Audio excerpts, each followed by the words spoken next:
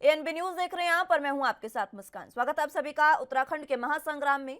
उत्तराखंड की राजनीति में बीते विधानसभा चुनाव के दौरान से ही लगातार दुखों का पहाड़ टूट पड़ा है। एक तरफ जहां लगातार कांग्रेस खाली होती जा रही है, तो वहीं बीजेपी का कुनबा लगातार बढ़ता जा रहा है। ऐसा नहीं है कि कांग्रेस छोड़ नेता सिर्फ बीजेपी में ही जा रहे हैं, बल्कि आम आदमी पार्टी में भी कांग्रेस के कई वरिष्ठ नेता जा चुके हैं। कांग्रेस के लिए चिंता की बात इसलिए है क्योंकि सब इधर उधर जाने वाले नेता कांग्रेस से ही जा रहे हैं। कांग्रेस ने मजबूत विपक्ष दर्शाने के लिए सर्वदलीय समिति का भी सहारा लिया है, जिसमें अपने साथ अन्य दलों को कांग्रेस जोड़ना चाह रही है। लेकिन यहां बात सिर्फ आने जाने की है कि आखिर कांग्रेस खाली क्यों होती जा रही है। बीते दिन ही कांग्रेस और बसपा के 45 नेताओं ने अपने समर्थकों के साथ बीजेपी का दामन थामा था। इन नेताओं को बीजेपी में जोड़ने का रमेश पोखरियाल निशंक, पूर्व केंद्रीय शिक्षा मंत्री जो हैं, और इसी के साथ हरिद्वार से सांसद भी वो हैं, उन्होंने बड़ा हाथ था। रमेश पोखरियाल निशंक ने अपने जन्मदिन के मौके पर 45 नेताओं को शामिल करवाया। इनमें कांग्रेस के 2 और बसपा के 1 नेता विधानसभा चुनाव भी लड़ चुके हैं। वहीं कांग्रेस का कहना है कि बीजेपी के पास अपना कुछ भी नहीं बचा, इसलिए बीजेपी अन्य दलों के नेताओं को तोड़कर अपनी पार्टी में जोड़ रही है। भले ही कांग्रेस पार्टी से लोग एक एक कर दल बदल रहे हों, लेकिन कांग्रेस अभी भी अपने आप को सागर मान रही है। कांग्रेस का कहना है कि कांग्रेस नदी नहीं, समुद्र है, उसमें से कुछ बूंद निकल भी जाएगी तो कोई फर्क नहीं पड़ता। यानी कांग्रेस अपने नेताओं के साथ अंतर्कलह रोकने, एक दूसरे पर आरोप लगाने और एकजुट रहने की नसीहत देने के बजाय शांति से बैठी है। अब देखने वाली बात यह होगी कि कांग्रेस से खाली हो रहे नेताओं की पूर्ति कांग्रेस किस तरीके से करेगी।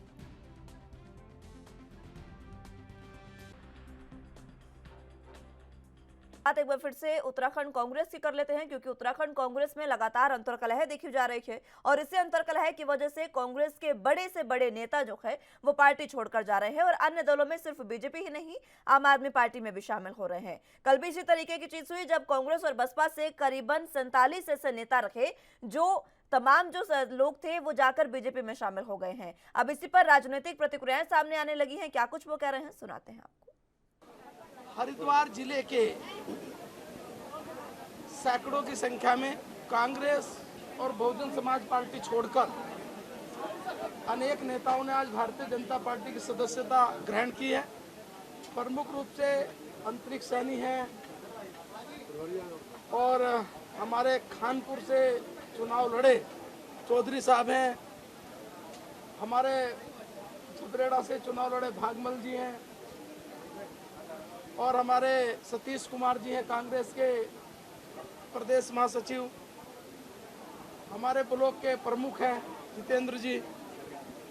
ऐसे अनेक वरिष्ठ लोगों ने आज भारतीय जनता पार्टी की सदस्यता ली है। उन सबको हमने भारतीय जनता पार्टी की सदस्यता दिलाते हुए सबको ये पार्टी की रीति नीति के अनुसार आप आगे बढ़कर काम करेंगे, पार्टी को मजबूत करेंगे और पार्टी के अनुसार आप प्रदेश में आने वाले समय में सहयोग करेंगे। इसके कारण पार्टी मजबूत होगी और पार्टी में आपके हितों की रक्षा भी पार्टी निश्चित रूप से करेगी। दामन को नया नहीं है, ये मेरी घर वापसी है। मैं तो भारतीय जनता पार्टी में बहुत लंबे समय तक कार्य कर चुका हूँ।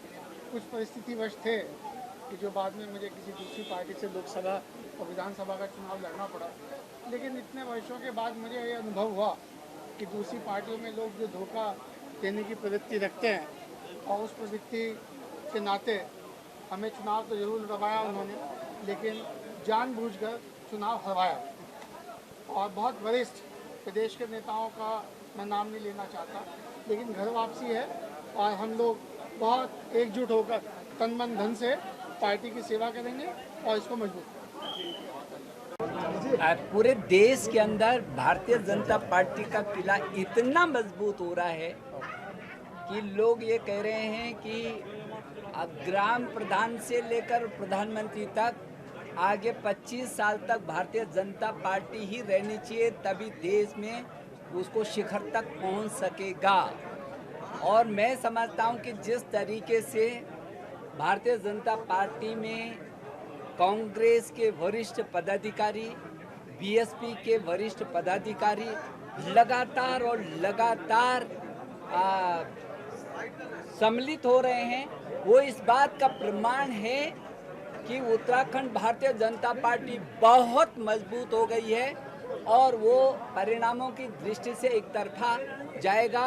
नरेंद्र मोदी जी के 8 साल के जो सुशासन के जो दिन हैं, वर्ष हैं, जो उनका समय है, वो एक ऐसा इतिहास रचा गया है जिसको सारा विश्व महसूस करता है। मैं हरिद्वार से जो कांग्रेस पार्टी से और बीएसपी पार्टी से जो पहले चुनाव लड़े हैं, वो आज हमारे बीच सम्मिलित हुए हैं हमारी पार्टी में। अंतरिक्ष सैनी जी वहाँ से चुनाव लड़े हैं, लक्सर से कांग्रेस से वो सम्मिलित हुए हैं। वो अपनी पूरी टीम के साथ सम्मिलित हुए हैं।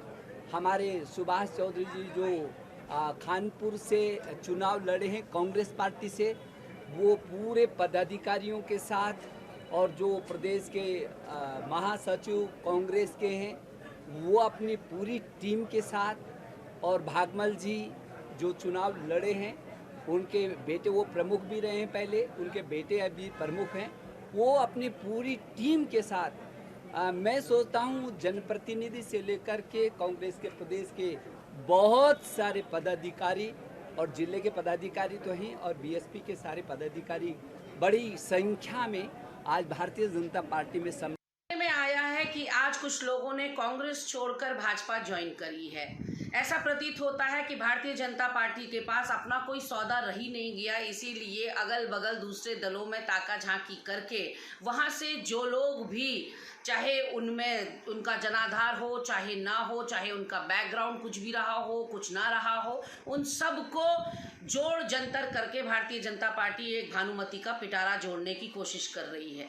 वही नेता वो होता है जो जनता के सरोकारों के साथ खड़ा हो, जनता की आवाज़ उठाने का काम करता हो, जनता के साथ न्याय होता हुआ देख रहा हो। लेकिन जो नेता खुद के ही अवसरवादिता में फंस जाए, जो नेता स्वार्थ में और स्वयं हिताय और स्वयं सुखाए की नीति पर चल रहा हो, उसको नेता कैसे कहा जा सकता है। ऐसे में संघर्ष लंबा था, सत्तारूढ़ दल बहुत ताकतवर था, उनके आगे घुटने टेकने वाले कई मिल जाएंगे। कांग्रेस पार्टी नदी नहीं, एक सागर है, अगर कुछ बूंद निकल भी जाए तो कोई खासा फर्क पड़ता नहीं।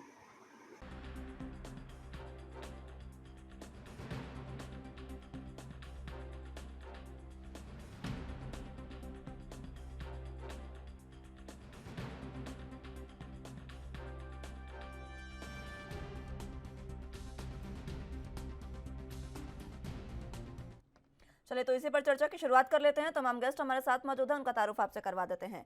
संजीव वर्मा जी प्रदेश प्रवक्ता बीजेपी से हमारे साथ मौजूद हैं, और उसी के साथ कांग्रेस से वसी जैदी जी हमारे साथ मौजूद हैं। आप दोनों का बहुत स्वागत है एनपी न्यूज पर। सबसे पहले जैदी साहब आप ही के पास आना चाहूंगी। आखिर कांग्रेस में जिस तरीके से अंतर्कलह देखने को मिल रही है, अब कांग्रेस हर बार इससे नकार देती है कि कांग्रेस में कोई अंतर्कलह नहीं है, लेकिन बड़े बड़े दिग्गज नेता जब पार्टी छोड़कर जा रहे हैं तो आगे क्या रास्ता है कांग्रेस के पास, ये बता दें बस।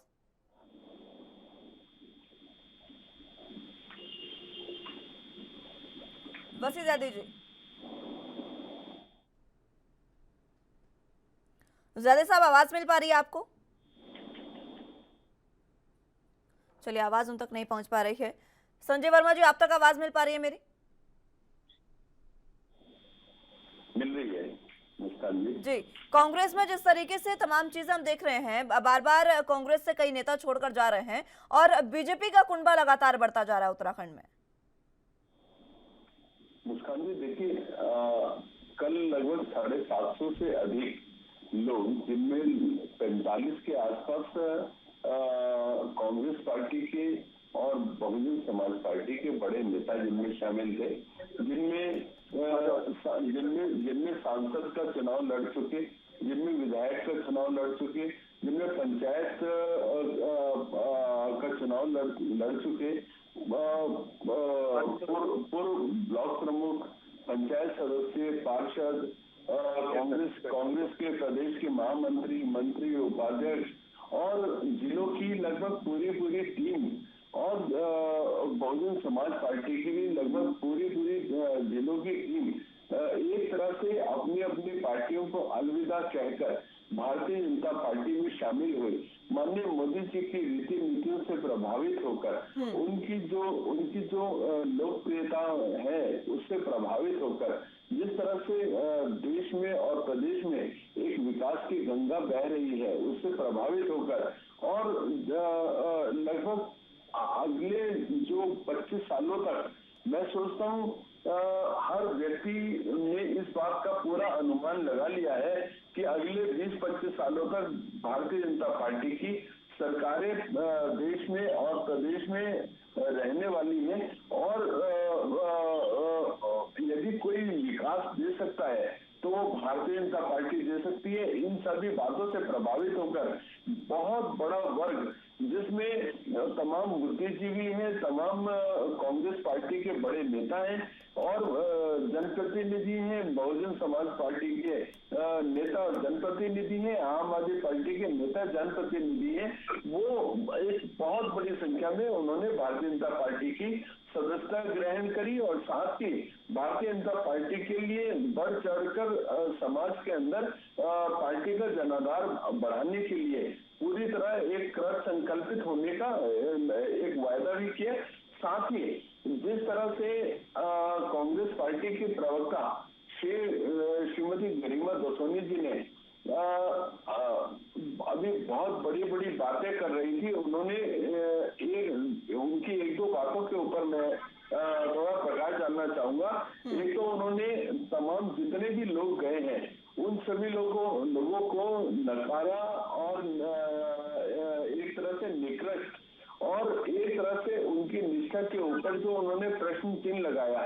तो जब वो भारतीय जनता पार्टी की जब उन्होंने सदस्यता ले ली तो आज आप उनकी निष्ठा के ऊपर भी प्रश्न चिन्ह लगा रही हैं, उनको नकारा बोल रही हैं, उनको गद्दार की श्रेणी में रख रही हैं। तो कल तक जब कांग्रेस पार्टी के उन लोग सदस्य थे और कांग्रेस पार्टी की सेवा कर रहे थे तो क्या यही विचार उन सभी लोगों के प्रति आपके थे या उसमें और इसमें कुछ अंतर है? दूसरी बात आपने एक बड़ी बात कही कि स्वयं को स्वयंभू घोषित करने वाले ऐसे नेता, तो ऐसे नेता स्वयं को स्वयंभू घोषित करने वाले, ये इशारा आपका सीधा हरीश रावत जी की ओर था, जिन्होंने कल ही एक बड़ा बयान दिया था कि मैं कांग्रेस में जेठानी की भूमिका निभा रहा हूँ। मुस्कान जी देखिए, जो हमारे संयुक्त परिवार हुआ करते थे और हुआ करते हैं उनमें जेठानी की जो एक भूमिका होती है पूरे परिवार को संजो के रखने की होती है, पूरे परिवार को बांध के रखने की होती है, सबके दुख सुख में साथ खड़े होने की होती है। दूसरी तरफ जो हरीश रावत जी का रवैया कांग्रेस पार्टी के अंदर इस समय चल रहा है वो वर्चस्व की लड़ाई वाला है, वो पूरे परिवार को विखंडित करने वाला है, ना कि परिवार को जोड़ के रखने वाला। ठीक है संजय वर्मा जी, ठीक है, लौटूंगी मैं आपके पास। जायद साहब आवाज मिल पा रही है आपको? इसका जवाब ठीक है संजय वर्मा जी, ठीक है जायद साहब आवाज मिल पा रही है आपको? जी मुझे आपकी आवाज आ रही है। जी, संजीव वर्मा जी की तमाम बातें आपने सुनी। मैं आपसे ये जानना चाहूंगी कि लगातार कांग्रेस में अंतर्कलह है, लेकिन कांग्रेस इसको सिरे से खारिज करती है कि कांग्रेस में कोई अंतर्कलह नहीं, कांग्रेस एकजुट है। तो अब ये बता दीजिए कि पार्टी की मजबूती के लिए क्या कदम उठा रहे हैं आप? देखिए, पार्टी की मजबूती के लिए हम लगातार प्रयास रहते हैं और जिन लोगों की अभी बात संजीव जी कर रहे थे कि वो लोग जो आए पार्टी में आए, दरअसल ये लोग व्यक्तिगत हित वाले लोग थे। पहले ये लोग भाजपा में ही थे, जब इन्हें दिखाई दिया कि कांग्रेस की सरकार आने वाली है प्रदेश में तो ये हमारी तरफ आ गए, हमारे पाले में। अब जब इन्हें लगा कि हम 5 साल खाली बैठेंगे तो ये लोग दोबारा से भाजपा में चले गए। और जिस व्यक्ति की अध्यक्षता में ये गए हैं, मदन कौशिक जी की अध्यक्षता में लोगों ने कल ज्वाइन किया है, तो मदन कौशिक जी की तो वैसे भी जो व्यक्तिगत छवि खराब हुई है, तो इनके ही जो विधानसभा के प्रत्याशी थे उन्होंने इनको पर आरोप लगाए थे। संजय गुप्ता ने खुलकर आरोप लगाया था कि मैले नेगेटिव काम किया है। तो जिन व्यक्ति की अभी अपने जिले में अपने क्षेत्र के अंदर ये कि जो एक संदीप से उनकी कार्यशैली रही है, उनके अगर कार्यशैली में कुछ लोग अगर जो भाजपा के लोग थे दोबारा भाजपा में आ गए तो इसमें कांग्रेस की विचारधारा का कोई सवाल ही नहीं उठता है मुस्कान जी। कांग्रेस से अब 5 साल अपने संगठन के तौर पर आने वाले हर चुनाव में अपनी भूमिका को मजबूती के तौर पर उठाने के लिए काम करेगी। और जिन हरीश रावत जी का जिक्र अभी कर रहे थे संजीव वर्मा जी, मैं आपको बता दूं, लेकिन ज़ैदी साहब सिर्फ बीजेपी में नहीं जा रहे हैं ना, कांग्रेस से निकल कर नेता, वरिष्ठ नेता है वो तो आम आदमी पार्टी में भी गए। देखिए सुनिए, अगर विचारधारा की लड़ाई अगर ये होती मुस्कान जी, तो ऐसा कभी नहीं होता कि जो व्यक्ति सुबह को पार्टी छोड़ता है और वो 2 घंटे के बाद दूसरी पार्टी ज्वाइन कर लेता है, तो ये व्यक्तिगत हित की लड़ाई है। ये व्यक्तिगत लाभ लेने वाले लोग हैं, ये व्यक्तिगत सोच रखने वाले लोग हैं। विचारधाराशील लोग को मतलब नहीं है कल इन्हें हमारा पाला मजबूत दिखाएगा तो फिर हमारी तरफ आने की कोशिश करेंगे। सवाल ये है कि अगर आप पार्टी की विचारधारा से, मैं आ रही हूँ संजीव वर्मा जी, आ रही हूँ। सुनिए, मैंने आपकी पूरी बात सुनी थी वर्मा जी। जो व्यक्ति पार्टी की विचारधारा छोड़ रहा है सुबह 11 बजे और वो 2 घंटे के बाद 1 बजे के बाद वो दूसरी पार्टी ज्वाइन कर लेता है, तो इन लोगों की क्या क्रिएटिविटी लगेगी? अगर आप पार्टी की विचारधारा से नाखुश हैं, अगर आप पार्टी की जो कार्यशैली उससे नाराज है, तो कुछ आपको दिखाई देगा ना। आप उसमें ये थोड़ी होता, एक व्यक्ति को तो मैंने देखा मुस्कान जी कि वो अभी जब 2 हमारे प्रवक्ताओं ने पार्टी छोड़ी तो उसमें से एक व्यक्ति ने पार्टी ज्वाइन करने के बाद मैसेज डाला फेसबुक पर कि मैं पार्टी की विचारधारा छोड़ रहा हूँ, मैं पार्टी से अलग हो रहा हूँ। जो व्यक्ति पहले 2 घंटे पहले ही दूसरी पार्टी ज्वाइन कर चुका है, उसके बाद वो दोबारा मैसेज डालता है कि मैं पार्टी छोड़ रहा हूँ, तो ये लोग व्यक्तिगत लाभ के सोच लेने वाले लोग हैं। मैं तो संजीव वर्मा जी को भी सलाह दूंगा कि ऐसे लोगों से बचकर रहें जो चुनाव में तो कुछ और दिखाते हैं, चुनाव के बाद कुछ और दिखाते हैं। ये मलाई खाने वाले लोग हैं। कल हमारी सरकार आती हुई दिखाई दे रही थी तो हमारी तरफ से, अब भाजपा की सरकार है तो भाजपा मलाई खाने चले गए। तो ऐसे लोगों से तो संजीव वर्मा जी को भी सलाह दूंगा कि ऐसे लोगों से बचकर रहें, सावधान रहें। लेकिन मजबूती के लिए तो कांग्रेस बाकी दलों का सहारा लेना पड़ रहा है ना आप कांग्रेस को। ठीक है, आपकी बात सही है, जिन लोगों को राजनीतिक मतभेद जिनके होते हैं वो इसी तरीके की हरकतें करते हैं, वो समझ गए। सुनिए मुस्कान जी, सफाई करने के लिए जो इस तरह का कूड़ा करकट होता है, घर से भी लोग अलग करते हैं। अभी हमारे पास 5 साल का टाइम है, ऐसे लोग अगर जा रहे हैं तो ये हमारे लिए भी अच्छी सोच है। जो कार्यकर्ताओं का मनोबल बढ़ेगा, अभी जा रहे हैं। चुनाव से 2-3 साल पहले भी लोकसभा चुनाव 2024 में है, 2027 में विधानसभा चुनाव है, अभी छोड़कर जा रहे हैं। हमारे पास बहुत ज्यादा समय होगा। ऐसे समय तो है, लेकिन विचारधारा की बात आपने की ना ज़ैदी साहब। अब आप खुद उत्तराखंड में समाजवादी पार्टी के साथ आ गए हैं, तो मैं कैसे समझ लूं कि विचारधारा कांग्रेस की क्या है? उत्तराखंड में समाजवादी पार्टी के साथ कांग्रेस नहीं आएंगे। देखिए, वो कुछ ऐसे मुद्दे थे जो जनहित के मुद्दे थे, सभी दलों को उसमें बुलाया गया था, विपक्षी दलों को। जिस तरह से भाजपा ने अपनी कार्यशैली तय की है दूसरे पुष्कर सिंह 2.0 के अंदर, तो हमारा एक मन था कि जितने भी विपक्षी पार्टी उन सबके साथ बैठकर कुछ ऐसी कार्य योजना पर काम किया जाए कि प्रदेश का अहित न हो। हम जो जनता के हितों से जुड़े मुद्दे उन्हें उठाने के लिए आते। कांग्रेस की अपनी विचारधारा है, समाजवादी की पार्टी की, तो समाजवादी पार्टी के साथ हमारा कोलैबोरेशन थोड़ी ना हो गया है। ठीक है संजीव वर्मा जी, ठीक है ज़ैदी साहब, आ रहे हैं आपके पास एक बार फिर से। ठीक है संजीव वर्मा जी।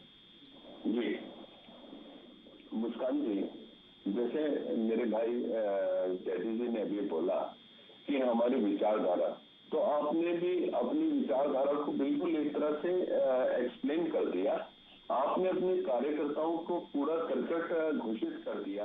जो कार्यकर्ता आपकी पार्टी में पिछले काफी अरसे से अपना योगदान दे रहे थे, आपने एक झटके में उनको कूड़ा करकट बता दिया, उनको जनाधार रहित बता दिया, उनकी इंटीग्रिटी पर, उनकी निष्ठा पर आपने सवाल खड़े कर दिए। चाची या भतीजे की पार्टी बन के आपकी पार्टी रह गई है। कोई किसी को उजियारू बैल बोल रहा है, कोई किसी को शिकंजी बोल रहा है, कोई जेठानी बोल रहा है, कोई दौरानी बोल रहा है। तो ये तमाम जो पार्टी के अंदर एक दूसरे के ऊपर आक्षेप बाजी चल रही है, एक दूसरे को ऊंचा और नीचा दिखाने का जो एक क्रम चल रहा है, एक वर्चस्व की लड़ाई जो कांग्रेस के अंदर चल रही है, उन सारी चीजों का खामियाजा कांग्रेस पार्टी आ रही हूँ ज़ैदी साहब, आ रही हूँ, एक बार उनकी बात सुन लीजिए। आ रही हूँ ज़ैदी साहब, आ रही हूँ आपके पास, जल्दी बात उनसे ठीक है। जैदी जी मैं भी बोलने नहीं दूंगा, देखो पीछे बोलोगे तो क्रम आएगा, जरूर बोलिएगा। आप अपने पक्ष की बात कीजिए ना, कांग्रेस के वर्चस्व की चिंता मत कीजिए। ठीक है ज़ैदी साहब, ठीक है, आ रही हूँ मैं आपके पास। समय भी समाप्त होता जा रहा है। संजीव वर्मा जी फौरन अपनी बात पूरी करें जल्दी से। ठीक है संजीव वर्मा जी, समय समाप्त हो रहा है, जल्दी से अपनी बात पूरी करें। मुस्कान जी देखिए, कांग्रेस पार्टी के अंदर जो जबरदस्त गुटबाजी का आलम है, उस गुटबाजी से त्रस्त होकर इनकी पार्टी के तमाम नेता भारतीय जनता पार्टी की ओर आकृष्ट हो रहे हैं। माननीय मोदी जी की जो विकासवादी नीतियां हैं उससे आकृष्ट होकर भारतीय जनता पार्टी की ओर आ रहे हैं। और सबसे बड़ी बात यह है कि कांग्रेस पार्टी के अंदर जो एक तुष्टीकरण की एक जबरदस्त हवा चल रही है, जहां ये लोग लगातार एक बृहद समाज की अवहेलना करके और अल्पसंख्यकों के प्रति जिनके लिए इनकी जब तक यूपीए की सरकार रही, यूपीए की सरकार, तो मुस्कान जी एक लाइन की बात है, जल्दी से पूरी करिए। जी मुस्कान जी, जब तक यूपीए की सरकार रही आप ये बोलते रहे कि देश के संसाधनों पर 12% का पहला हक मुस्लिमों का होगा, अल्पसंख्यकों का होगा, लेकिन आपने उस समाज के लिए एक किंचित भर भी उनकी समाज की बेहतरी के लिए कुछ नहीं किया। आपने उनको अपने वोट बैंक के रूप में केवल इस्तेमाल करते रहे। और मैं सोचता हूँ जिस तरह से ठीक है संजीव वर्मा जी, ठीक है, समय समाप्त हो रहा है। ठीक है वर्षी ज़्यादा जी, ठीक है संजीव वर्मा जी, ठीक है ज़्यादा साहब, आखिर ये कांग्रेस में क्या चल रहा है? पार्टी में घर गृहस्थी ज्यादा चल रही है, देवरानी जेठानी की लड़ाई की बात कर रहे हैं आप संजीव वर्मा जी। देखिए मुस्कान जी, पहले तो तुष्टीकरण की बात इन्होंने की। अभी हमने 2 दिन पहले ही डीजीपी साहब को एक पत्र सौंपा था। ये जो आरोप लगाती है, जो इतनी सोचियर इसकी शिकायत थी, आप क्या कर क्यों पहुंच जाते हो? अरे भाई, कांग्रेस की अपनी विचारधारा है, आपकी अपनी विचारधारा है, और कांग्रेस